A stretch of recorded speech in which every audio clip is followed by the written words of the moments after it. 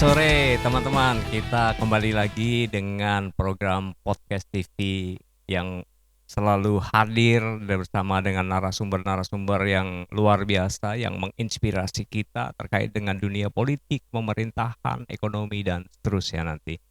Dan acara bukaan rahasia ini, ya ini menarik Mas Edwin. Bukan rahasia atau buka-bukaan rahasia gitu kan. Ya, saya kehadiran Mas Edwin Partogi Pasaribu SH. Beliau adalah Wakil Ketua LPSK. Bagaimana teman-teman ketahui, LPSK adalah lembaga negara yang bertugas. Nah, nanti beliau aja lah yang menjelaskan apa peran LPSK. Di konteks ini, lembaga perlindungan saksi dan korban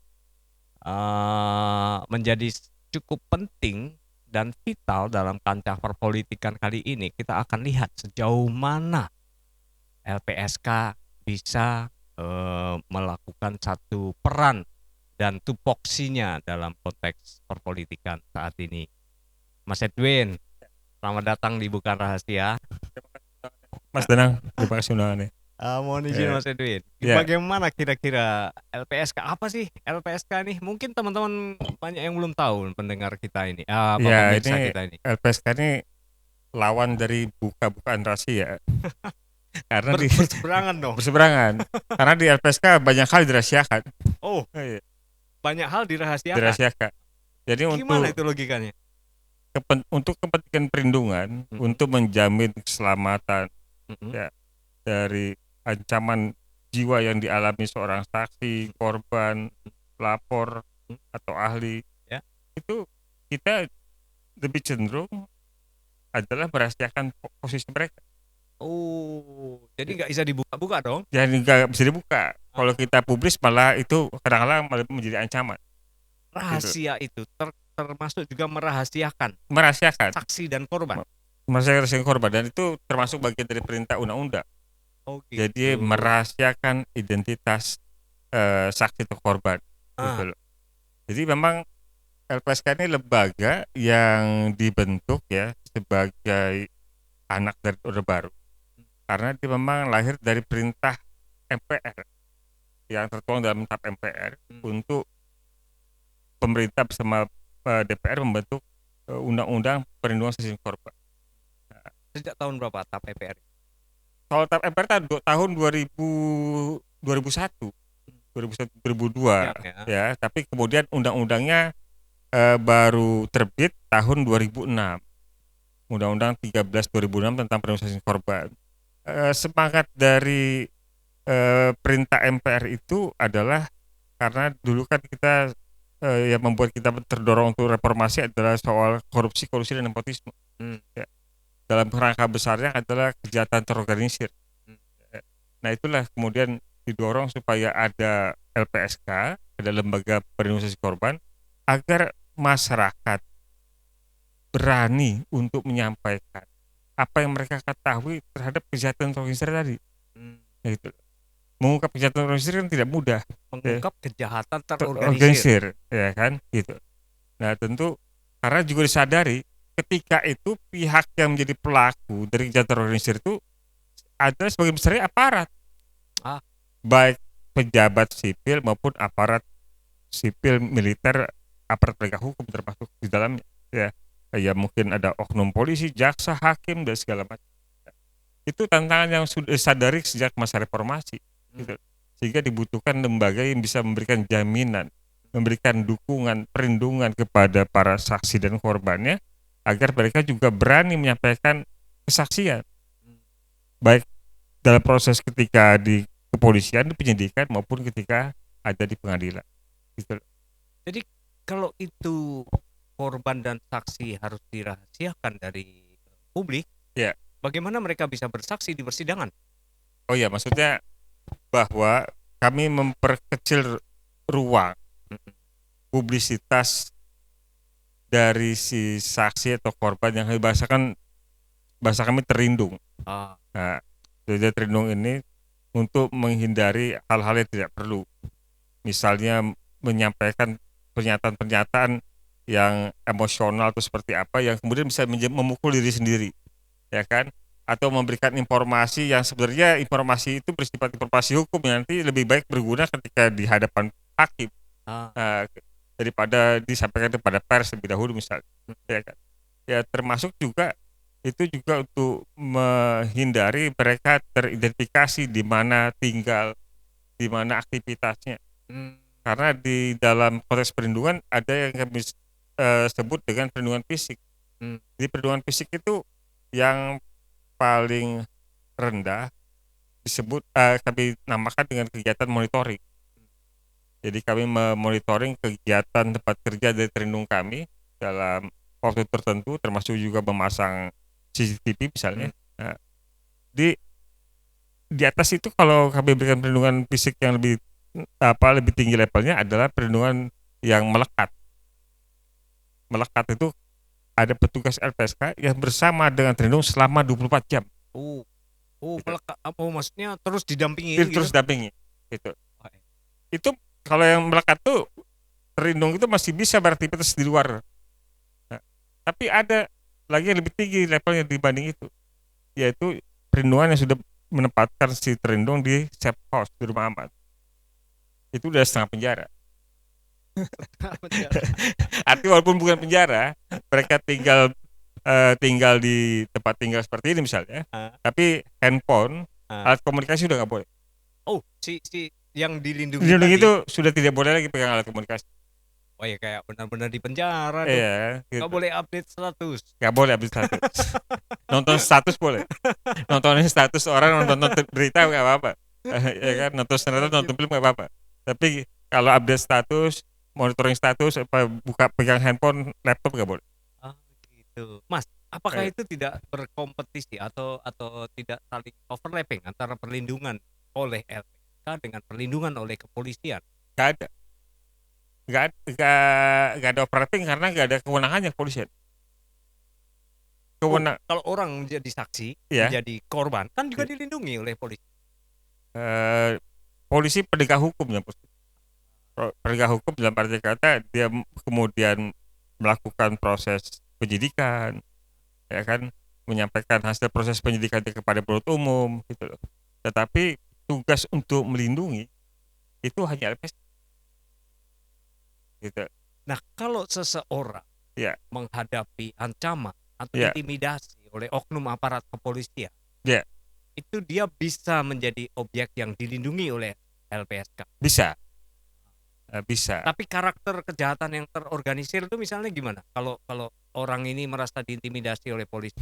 Iya, kejahatan terorganisir itu mungkin kemudian diperjelas malah pada ketika Undang-Undang 13 2006 tentang perlindungan sosial korban itu direvisi di tahun 2014. Di tahun 2014 dalam revisinya itu semakin jelas tindak pidana apa saja yang masuk dalam kategori tindak pidana tertentu yang menjadi prioritas LPSK. Disebutkan secara eksplisit. Misal kejahatan terhadap kemanusiaan, pelanggaran HAM yang berat, kemudian terorisme, kemudian korupsi masuk, tidak pidana pencucian uang, tidak pidana perdagangan orang, TPPO, tidak pidana TPPU, narkotika, psikotropika, termasuk, kemudian penyiksaan, misalnya orang menjadi korban, penyiksaan, tidak penyiksaan, ada penganiayaan berat, kemudian kekerasan seksual terhadap perempuan dan anak. Nah, itu yang secara eksplisit dibunyikan dalam undang-undang. Tetapi undang-undang juga sebenarnya membuka ruang buat perkara lainnya. Misalnya perkara lainnya. Jadi bahasa di undang-undang itu dan tindak pidana lainnya yang menyebabkan posisi saksi dan korbannya terancam keselamatan jiwanya. Jadi walaupun bukan tindak pidana dari sebutan secara eksplisit, tapi tindak pidana lain yang menyebabkan posisi korban yang terancam keselamatan jiwanya, itu juga bisa dilindungi oleh. Gitu. Misalnya nih, contoh terkait kasus korupsi yang lagi heboh-heboh nih, yang Crazy Rich di PIK tuh. Itu kan mereka diduga pelaku nih, belum tersangka pelaku ya. Terus kemudian mereka merasa diintimidasi oleh orang yang khawatir kejahatan korupsinya ikut-ikut terbongkar gitu.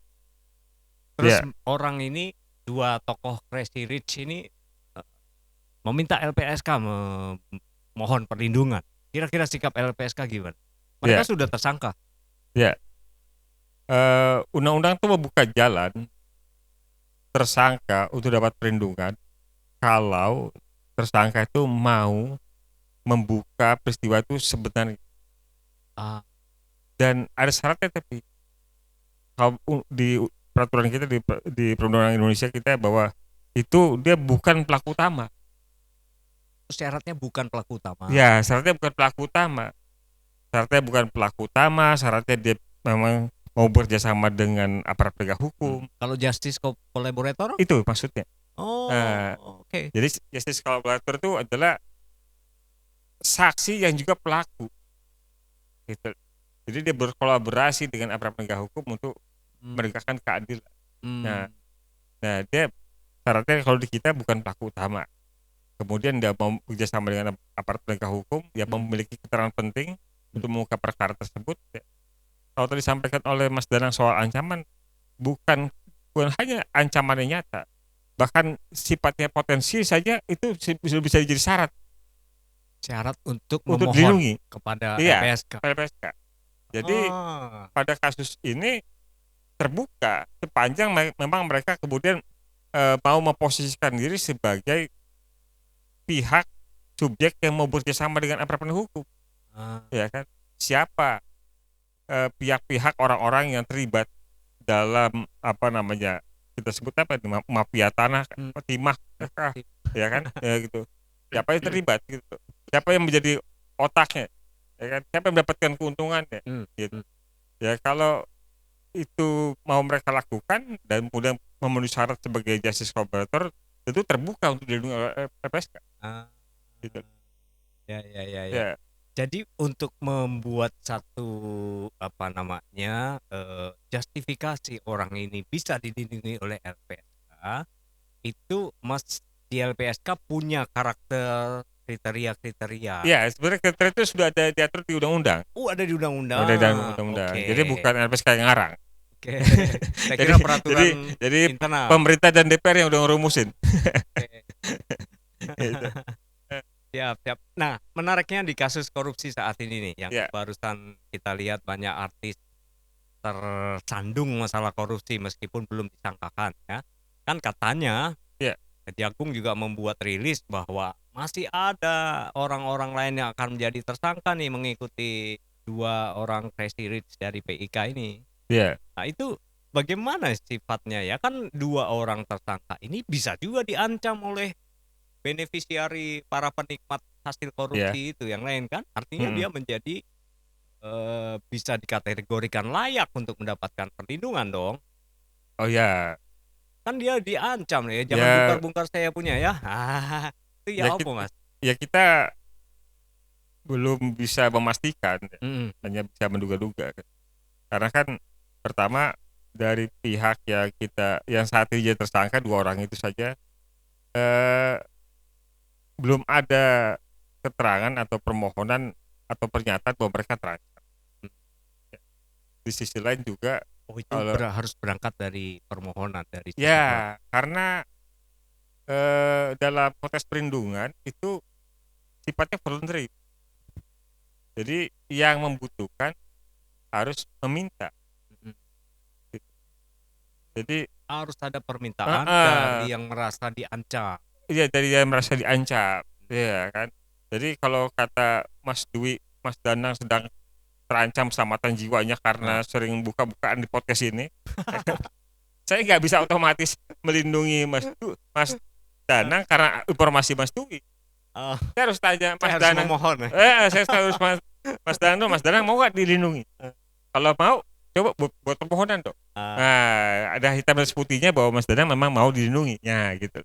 Jadi kami nggak bisa menguasai atau melindungi seseorang tanpa ada permintaan. Walaupun kata orang dia membutuhkan perlindungan, gitu. saya Ya belum kan? pernah diancam sih, Nah Mas. iya Tapi maksudnya, diingatkan sering, Mas. jadi misalnya kita mengatakan bahwa 2 tersangka itu membutuhkan perlindungan, yang Ya yang paling merasakan membutuhkan ya tentu mereka. Apakah Korban. si orang tua itu kan apakah mereka benar-benar terancam atau tidak. Oke. Ya, tetapi kalau mereka ingin menjadi justice collaborator, tentu masih terbuka sepanjang mereka bukan pelaku utama. Yo. Nah, Sejauh mereka bukan pelaku utama. sejauh mereka bukan pelaku utama dan ada faktor lain juga yang mungkin jadi penting, yaitu keterangan mereka akan membuka jalan buat aparat penegak hukum, penyidik, penuntut umum untuk membuat terang perkara ini. Kalau sebenarnya penyidiknya sudah punya juga gambaran pelaku utamanya, mungkin nggak perlu lagi buat penyidik. Ya kan? Ada tanpa bantuan lo juga gue sudah tahu pelaku utamanya siapa, misalnya begitu kan. Kecuali tanpa bantuan dia penyidiknya kesulitan untuk mengungkap pelaku lainnya, nah baru jadi penting gitu. Oh, Gitu. jadi memang ada anunya ya, apa SOP-nya untuk itu ya. Iya, Dan itu saling dipahami antara kejaksaan, kepolisian dan LPSK. Tentu saja mereka pasti saling saling bertukar informasi. iya bisa seperti itu, bisa juga sisi lain juga kita nggak bisa tutup mata. Kadang-kala kita pasti hadapi ego sektoral, ya kan. Tentu Mas pernah secara kelembagaan LPSK pernah nggak melakukan perlindungan saksi atau korban di tingkat penyelidikan oleh KPK misalnya? ya tentu banyak. Oh, ada banyak. Kan Nah, yang disangkakan di KPK kan adalah pelaku kan? iya, Nah, tapi kan artinya bukan di pelaku itu kan juga ada mereka yang berperan atau kemudian menginsapi diri menjadi justice collaborator. Gitu. Bukan bukan pelaku utama dan mereka mau bekerjasama dengan penyidik oh, untuk mengungkap, membongkar sebenarnya peristiwa seperti apa. oke, Ya, ketika seseorang di dalam konteks permasalahan yang sedang disidik oleh KPK, ya. maka dia tetap harus meminta perlindungan LPSK atau bisa meminta perlindungan dari KPK sendiri terkait dengan statusnya sebagai justice collaborator. Kalau justice collaborator sebenarnya hanya diatur di Undang-Undang LPSK. Oh, Gitu. oke, Nah, menarik ya. iya. Nah, ini ada best practice apa yang pernah LPSK tangani soal perlindungan kepada saksi dan korban? Atau itu masuk rahasia juga, Mas? Ya guys, ini kan yang hal yang mungkin secara umum diketahui misalnya pada kasus kematian atau pembunuhan terhadap Brigadir Joshua Oh, yang pada waktu itu terpidana Ferdy Sambo kan dengan salah satu pelakunya juga yang kemudian jadi justice collaborator Barada Richard Eliezer hmm, ya kan itu itu kan termasuk dilindungi. iya yang dulu kan LPSK Ya. ya kan dia pelaku, dia melakukan eksekusi, tetapi eh, informasi tentang pelaku utama itu nggak bakal diperoleh, nggak bakal dapat kalau nggak ada pengakuan, kalau nggak ada kerjasama dari Hmm, si Barada ini, hmm, Barada Richard. Ya kan? berarti dia harus mengaku dulu dong ke LPSK. Iya tentu itu yang menjadi syarat bahwa dia mau menyampaikan dengan jujur ya sebenarnya peristiwa seperti apa. Walaupun bukan kami penyidiknya, tapi kami butuh kepastian pengetahuan bahwa eh, apa yang disampaikan kepada kami juga sama sebagaimana disampaikan juga kepada penyidik. Oh, Jangan disampaikan pada LPSK tapi pada penyidik. oh, Jangan disampaikan pada penyidik tapi tidak disampaikan beda. pada LPSK. Jangan beda-beda kan harus sama gitu loh. Oke, Bahwa oke. kalau dia punya komitmen untuk jadi justice collaborator dengan konsekuensi kemudian dapat rewardnya kan adalah Ya, hukuman ringan, pengurangan hukuman. hukuman ringan, Hmm, ya kan, hmm, bahkan termasuk hak-hak narapidana. hmm. Nah itu ya tentu harus syaratnya kerjasama. Oh. Gitu. Mas, boleh nggak dikaitkan dengan Oke, situasi politik saat ini? ya, Ada banyak saksi kata berita hari ini, ada banyak di berita mainstream. Katanya ada 10 saksi tidak berani bersaksi di pengadilan MK. Apakah ini menjadi salah satu yang Mas Edwin lihat sebagai satu potensi untuk dilindungi atau oh sejauh mereka memohon ya? ya, Kalau Mas melihatnya gimana? Mengapa ya, orang-orang masih takut bersaksi di pengadilan, termasuk pengadilan MK? Apakah konteks perlindungan saksi dan korban ini masih belum dilihat optimal oleh masyarakat sehingga mereka takut? ya, mungkin soalnya lebih jauh dari itu. Hmm. Soalnya adalah apakah kesadaran akan hak telah dimiliki oleh warga negara. Betul. Hak terkait bahwa mereka punya hak untuk Punya hak. dilindungi. Iya, hak juga untuk menyampaikan apa yang mereka alami dalam Pendapat. posisi mereka sebagai korban, sebagai saksi, ya kan? Jadi ada fakta yang mengejutkan, sebenarnya bisa kita searching juga. Mhm. Itu Badan Pusat Statistik menyampaikan bahwa BPS dari banyak peristiwa kejahatan itu yang melapor tidak lebih dari 25%. walaupun dia korban. Iya. Jadi 25%, kecil sekali. Mas Danang ngomongnya kan saksi. Oh. Jadi jangan kan dalam posisi sebagai saksi, maksud saya. Dalam posisi seorang sebagai korban aja belum tentu mau melaporkan. My God. Nah, jadi kita punya problem yang jauh lebih besar, yaitu tentang kesadaran hak. Kesadaran hak. Ya kan?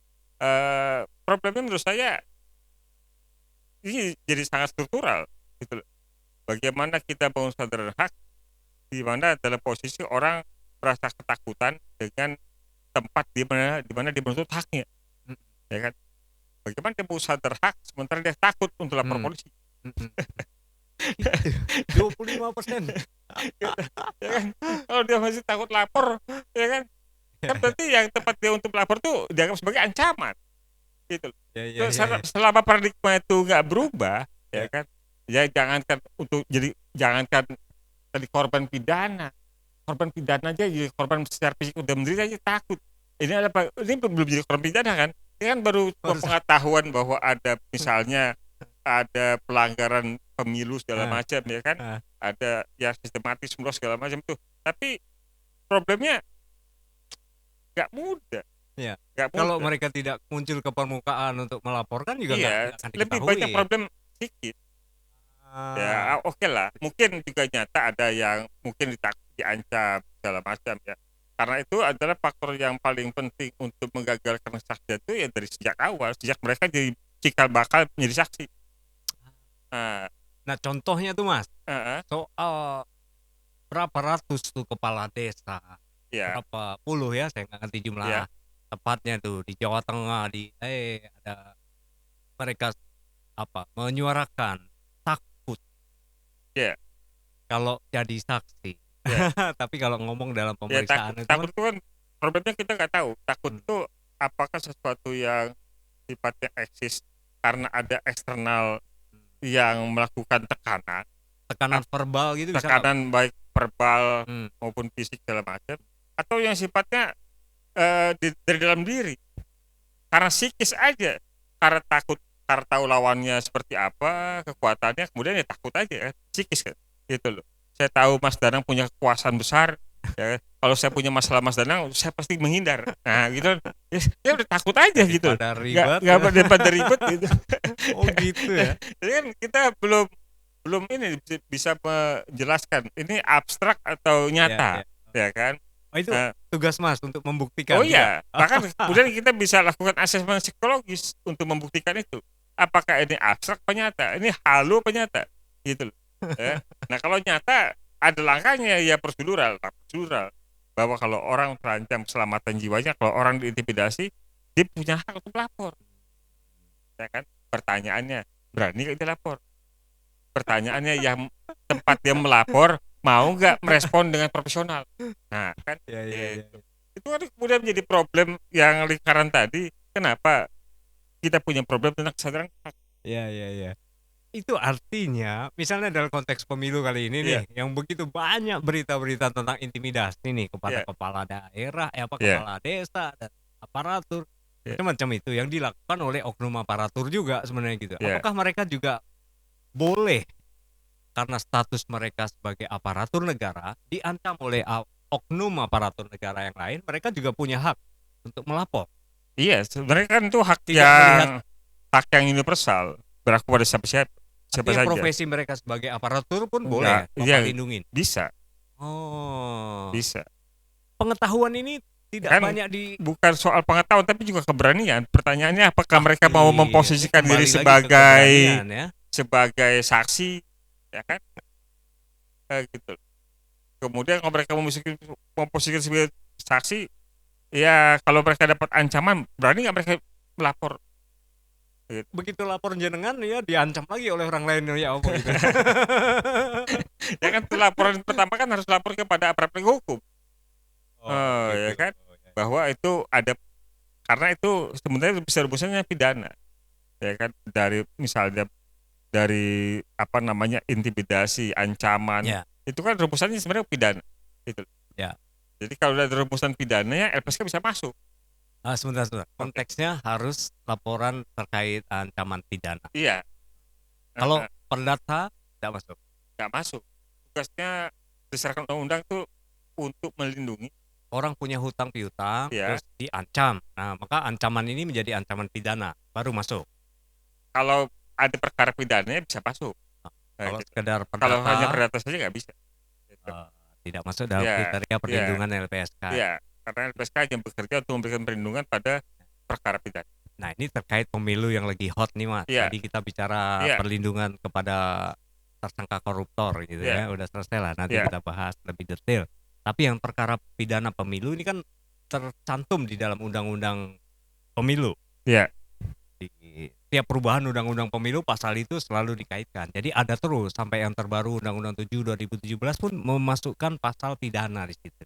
iya, Nah, ketika seseorang mendapatkan ancaman dari orang lain, baik itu verbal atau non verbal, misalnya udah dengan apa namanya, menyatroni rumahnya dengan mobil oknum aparat. Nah, itu iya, orang ini kan memiliki kesempatan untuk melaporkan kepada LPSK kan, tanpa harus mendapatkan persetujuan dari kepolisian kan. Mereka langsung bisa lapor kan? oh tidak. Oh, gimana itu? Rumusan perkara pidana itu kan, eh, penyelidiknya penyelidiknya tetap aja polisi, jaksa, Heeh, heeh. gitu loh. Jadi mereka harus lapor dulu ke polisi dan jaksa, ke polisi Oh, kalau pidana gitu. umum polisi, ya kan, Oke. bahwa mereka menjadi korban Oke. intimidasi. Lah yang banyak intimidasi katanya oknum aparat. Nah itu tadi saya bilang. Kalau kalau begitu kejadiannya, pertanyaannya apakah orang berani melapor, ya kan? Atau yang apakah yang pihak yang apa, yang menjadi tempat tujuan melapor tuh mau mencatatkan laporan tersebut, nah kan gitu loh. Agak blunder juga di situ. Tergantung keberanian ya. Tergantung keberanian, gitu loh. Ya tidak Heeh. heran kali ini ada 10 orang saksi katanya mengundurkan diri karena masalah keberanian itu mungkin ya. Iya, itu yang kita nggak tahu itu nyata atau halu, Ya, ya ya. kan, bahwa memang ada ancaman atau karena memang secara psikis mereka nggak berani. Adakah Karena teman-teman dari kuasa hukum paslon 1, paslon 3 gitu yang menghubungi LPSK dalam kaitan dengan perlindungan saksi mereka nggak, Mas? ya kami Sejauh baru ini? dihubungi secara pemberitaan aja, mereka menyampaikan akan menyampaikan perlindungan ke LPSK, tapi sejauh ini belum ada. Belum ada ya? Belum.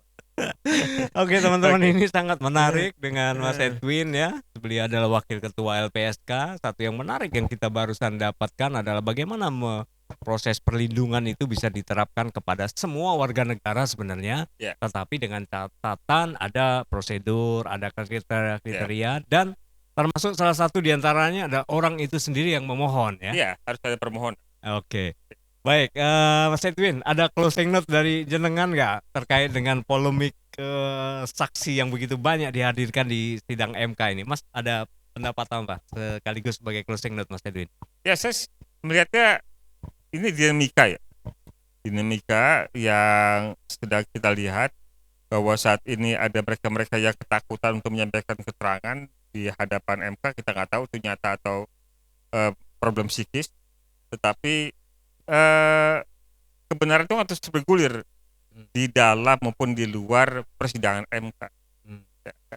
Dan pertarungan untuk memperkuat kebenaran itu akan selalu jalan. Jadi ini bukan segala-galanya. Buat saya bukan segala-galanya. Jadi silakan saja siapapun yang meyakini kebenaran itu untuk memperjuangkan, ya kan. Oke, oke. Demikian Mas. Ya, Dan terima terima kasih kasih Mas atas Edwin. undangannya. Jadi jangan takut, Anda bisa membuat laporan atau memohon kepada LPSK untuk mendapatkan perlindungan sebagaimana ketentuan perundang-undangan. Tapi harus dipastikan dulu itu ancaman nyata, intimidasi nyata atau halu kata. Terima kasih Mas Edwin sudah datang di Bukan Rahasia. Saya Terima kira kasih. kanal ini akan kami sebarkan supaya menginspirasi teman-teman untuk menegakkan kebenaran tidak hanya di pengadilan tetapi juga di luar pengadilan. Betul. Seperti pesan Mas Edwin. Mas Edwin, terima kasih. Terima kasih. Sukses selalu untuk Terima Mas. kasih, Mas. Makasih teman-teman. Kita ketemu lagi di berikutnya.